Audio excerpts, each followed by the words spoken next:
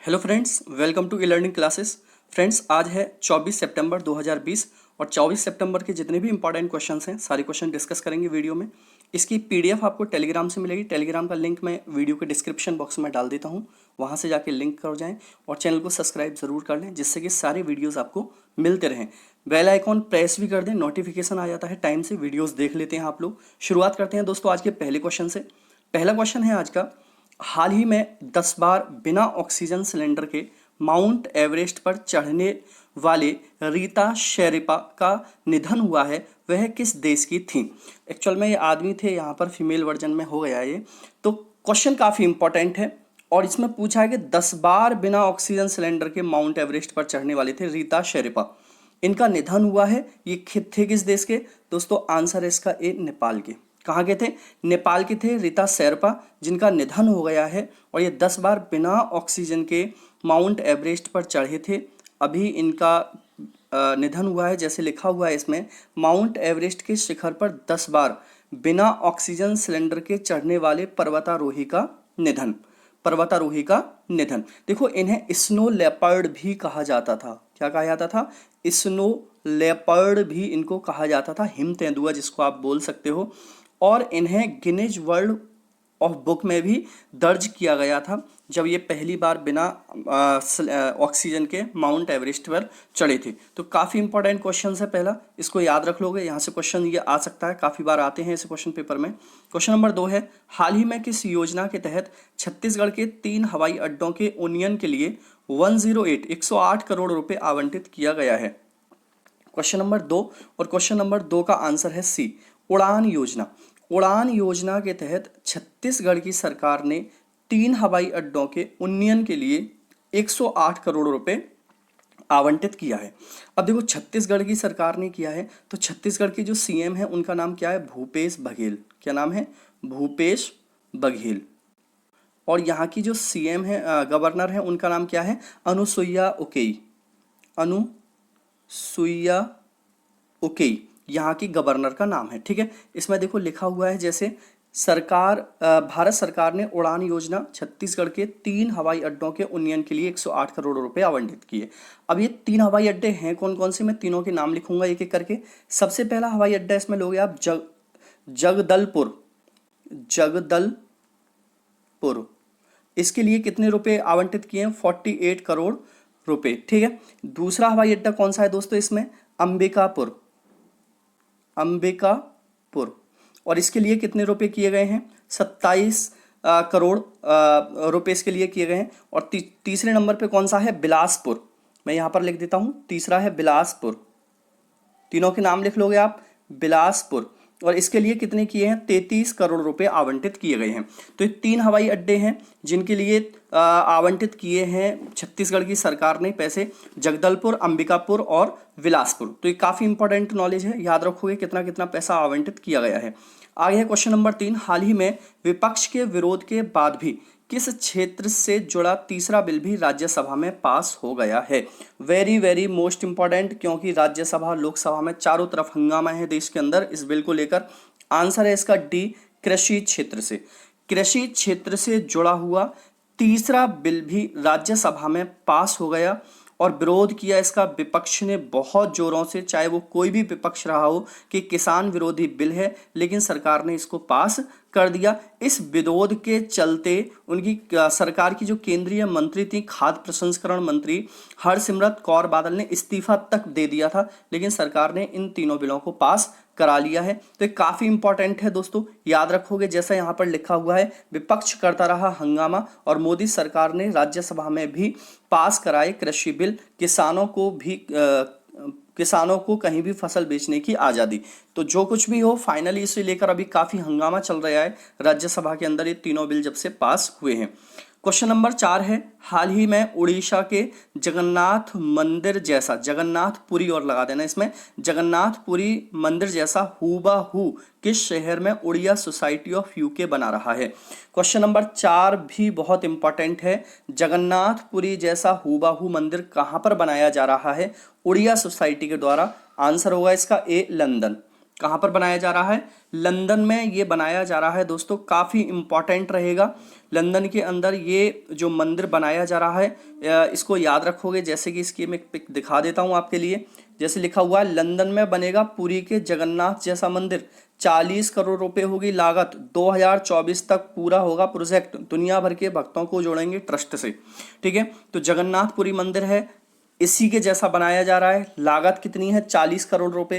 कब तक बन के तैयार होगा? 2024 तक बन के तैयार होगा। कहां पर बनाया जा रहा है? लंदन में बनाया जा रहा है। तो याद रखोगे इस क्वेश्चन को, क्वेश्चन नंबर 4 का आंसर। ठीक, क्वेश्चन नंबर 5, हाल ही में सीमांचल दास को किस अंतरराष्ट्रीय संस्था का निदेशक, ये इसमें यहाँ पर गलत हो गया है, निदेशक का सलाहकार नियुक्त किया गया है। ठीक है, तो यहाँ पर निदेशक का सलाहकार नियुक्त किया गया है। तो किस अंतरराष्ट्रीय संस्था में उन्हें निदेशक का सलाहकार नियुक्त किया गया है?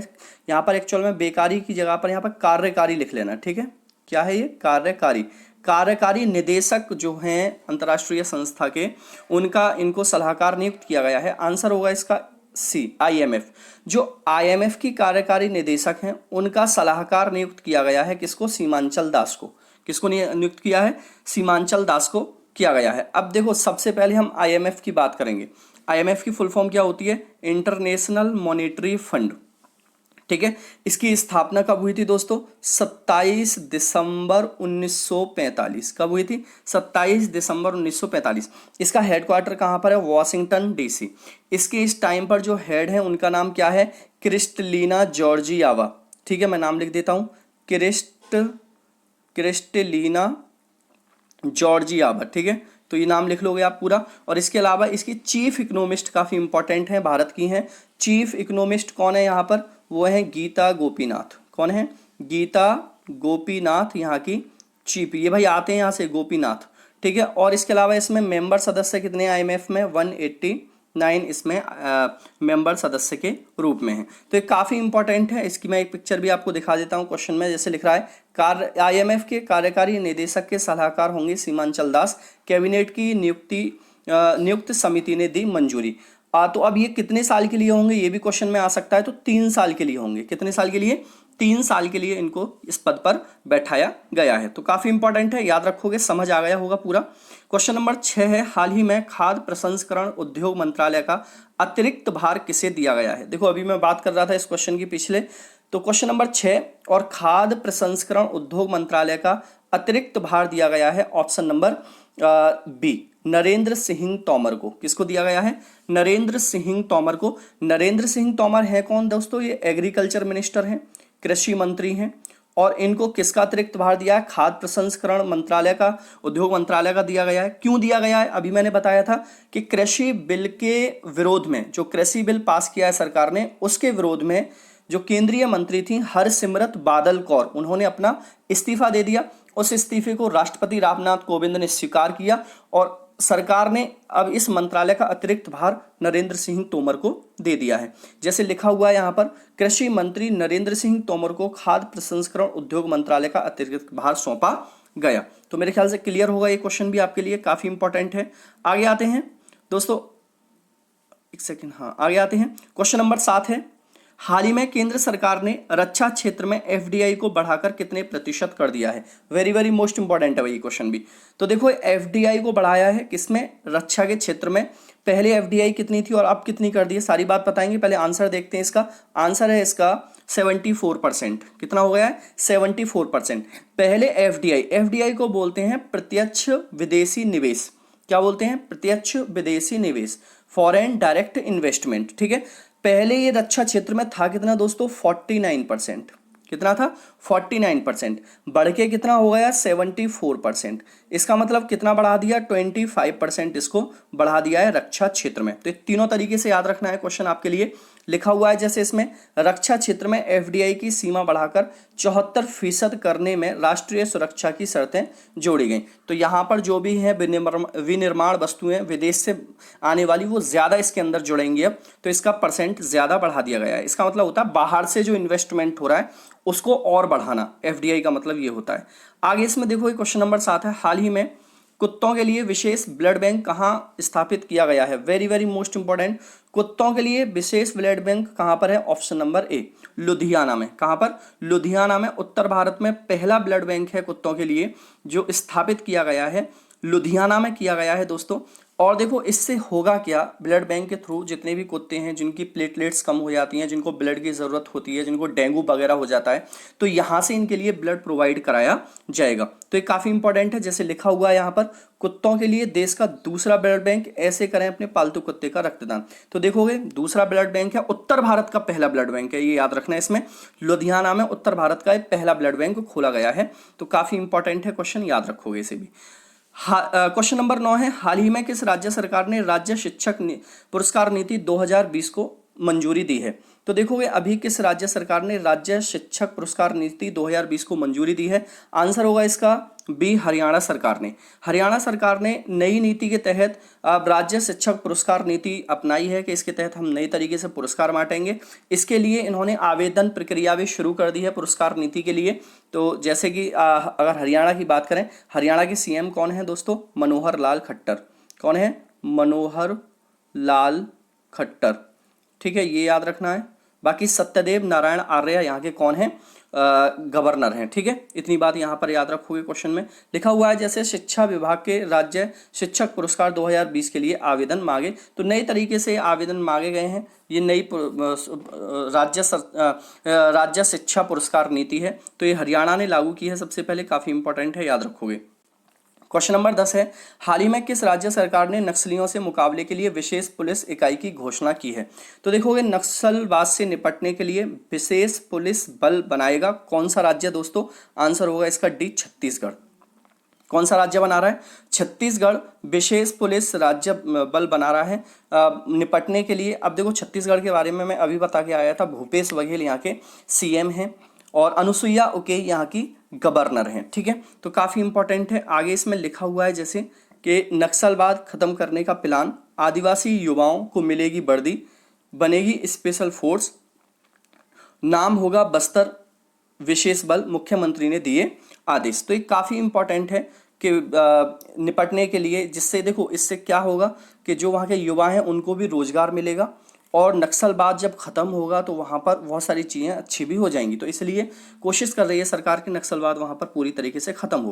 क्वेश्चन नंबर 11 है, हाल ही में किस राज्य सरकार ने चिकित्सा ऑक्सीजन ले जाने वाले वाहनों को एम्बुलेंस का दर्जा दिया है? ये भी काफ़ी इंपॉर्टेंट क्वेश्चन है कि जो चिकित्सा ऑक्सीजन ले जाएंगे वो एम्बुलेंस कहलाएंगे वाहन। आंसर होगा इसका सी, महाराष्ट्र सरकार। महाराष्ट्र सरकार ने चिकित्सा ऑक्सीजन लेने वाले वाहनों को एम्बुलेंस का दर्जा दिया है, वो वाहन चाहे कोई सा भी हो। अब देखो महाराष्ट्र की सरकार ने दिया है, महाराष्ट्र के सीएम कौन है? उद्धव ठाकरे। कौन है? उद्धव ठाकरे यहाँ के सीएम हैं, याद रखना। भगत सिंह कोश्यारी यहाँ पर, भगत सिंह कोश्यारी यहाँ पर कौन है? गवर्नर है। ठीक है, इतनी बात याद रखोगे इसमें। जैसे इसमें लिखा हुआ है महाराष्ट्र सरकार ने चिकित्सा के लिए ऑक्सीजन ले आने वाले वाहनों को एम्बुलेंस का दर्जा दिया, तो ये काफी इंपॉर्टेंट रहेगा। इस क्वेश्चन को भी आपको याद रख लेना है। आगे आते हैं, क्वेश्चन नंबर 12 है, हाल ही में किस बैंक ने नई स्वर्ण ऋण योजना विकास लागू स्वर्णा शुरू की है? तो देखो किस बैंक ने नई स्वर्ण योजना लागू की है जिसका नाम क्या है? विकास लागू स्वर्णा। क्या नाम है? विकास लागू स्वर्णा योजना शुरू की है। आंसर होगा इसका डी, कर्नाटक विकास ग्रामीण बैंक। किसने की है? कर्नाटक विकास ग्रामीण बैंक ने ये शुरू की है। इस योजना के तहत 7.25% की कम ब्याज दर के साथ आपको लोन मिल जाएगा, पैसा मिल जाएगा, ऋण मिल जाएगा। ठीक है, दूसरी बात अगर यहाँ पर कर्नाटक विकास बैंक की बात करें दोस्तों, तो कर्नाटक विकास बैंक, जैसे यहाँ पर मैंने लोगो लगाया हुआ है पूरा, इसकी स्थापना 2005 में हुई थी। कब हुई थी? 2005 में। इसका हेडक्वार्टर कहाँ पर है? धारवाड़, और धारवाड़ कर्नाटक में पड़ता है, ये याद रखना है आपके लिए। इस टाइम पर इसके जो अध्यक्ष हैं उनका नाम है पुटुंगुली गोपी कृष्णा। क्या नाम है? पुटुंगुली गोपी कृष्णा। ठीक है, इसके अध्यक्ष का नाम है। तो इतनी बात याद रखोगे आप कर्नाटक विकास ग्रामीण बैंक से। आगे आते हैं, क्वेश्चन नंबर 13 है, हाल ही में किस देश ने बलात्कार की वजह से राष्ट्रीय आपातकाल घोषित कर दिया है? ये बहुत इंपॉर्टेंट क्वेश्चन है आने वाले एग्जाम के लिए। बलात्कार की वजह से राष्ट्रीय आपातकाल घोषित किस देश में हुआ है? आंसर होगा इसका, सबसे पहले आंसर देखते हैं बी, लाइबेरिया। किस देश में हुआ है दोस्तों? लाइबेरिया में बलात्कार की इतनी ज़्यादा घटनाएं होती चली जा रही हैं कि जिसकी वजह से वहाँ के राष्ट्रपति को राष्ट्रीय आपातकाल घोषित करना पड़ा है। 2016 में ही ये घटनाएं बताई जा रही हैं कि 803, क्योंकि यहाँ की आबादी कम है, छोटा एरिया है, लेकिन बलात्कार की संख्या इसके अकॉर्डिंग बहुत ज़्यादा है। 803 रेप यहाँ पर हुए थे। अब देखो लाइबेरिया की अगर बात करूँ मैं थोड़ी सी यहाँ पर, तो लाइबेरिया की कैपिटल क्या है? मोनरोविया। क्या है? मोनरोविया यहाँ की कैपिटल का नाम है, और डॉलर यहाँ की करेंसी है। करेंसी क्या है? डॉलर है। और यहाँ के जो राष्ट्रपति हैं उनका नाम है जॉर्ज वेह। जॉर्ज वेह, WEAH, ठीक है, यहाँ के राष्ट्रपति का नाम है। इतनी बात याद रखोगे। आगे इसमें लिखा हुआ है बलात्कार अब एक राष्ट्रीय आपातकाल, लाइबेरिया के राष्ट्रपति ने की घोषणा। बलात्कार की बढ़ती हजारों घटनाओं का विरोध होने के बाद लाइबेरिया ने यह कदम उठाया। तो काफ़ी इंपॉर्टेंट है, याद रखना भाई इस क्वेश्चन को, ये आ सकता है पेपर में, किसी भी पेपर में आने का पूरा चांस है। इस क्वेश्चन को याद रखो, इस क्वेश्चन के बारे में पूरा मैंने लगाया हुआ है। आगे आते हैं, क्वेश्चन नंबर 14 है, हाल ही में केंद्रीय रसायन और उर्वरक मंत्रालय ने किस वर्ष तक भारत में उर्वरक क्षेत्र में आत्मनिर्भर होने की घोषणा की है? तो देखोगे केंद्रीय रसायन और उर्वरक मंत्रालय ने किस क्षेत्र में आत्मनिर्भर, मतलब कि उर्वरक मंत्रालय ने बोला है कि हम उर्वरक के क्षेत्र में कब तक आत्मनिर्भर हो जाएंगे? तो आंसर होगा इसका सी, 2023 तक। 2023 तक भारत उर्वरक क्षेत्र में आत्मनिर्भर हो जाएगा, सेल्फ डिपेंड हो जाएगा, कहीं से उसको ये मंगाने की जरूरत नहीं पड़ेगी। इसके लिए क्या है? 40,000 करोड़ रुपए का निवेश नए कारखाने स्थापित करने में सरकार करेगी, कि जितने भी नए कारखाने बनेंगे उनमें 40,000 करोड़ का निवेश सरकार करेगी, जिससे कि हम आत्मनिर्भर 2023 तक बन सकें। जैसे यहाँ पर लिखा हुआ है 2023 तक भारत उर्वरक उत्पादन में आत्मनिर्भर हो जाएगा। रसायन एवं उर्वरक मंत्री DB सदानंद गौड़ा ने बात कही है। किसने? DB सदानंद गौड़ा। जैसे इनकी एक पिक्चर लगी हुई है, तो हम 40,000 करोड़ रुपए इसके लिए खर्च कर रहे हैं नए कारखाने खोलने के लिए। क्वेश्चन नंबर 15 है, हाल ही में केंद्र सरकार ने किस सब्जी के सभी किस्मों के निर्यात पर प्रतिबंध लगा दिया है? ये भी बहुत इंपॉर्टेंट क्वेश्चन है भाई आने वाले एग्जाम में। आंसर होगा इसका ऑप्शन नंबर ए, प्याज।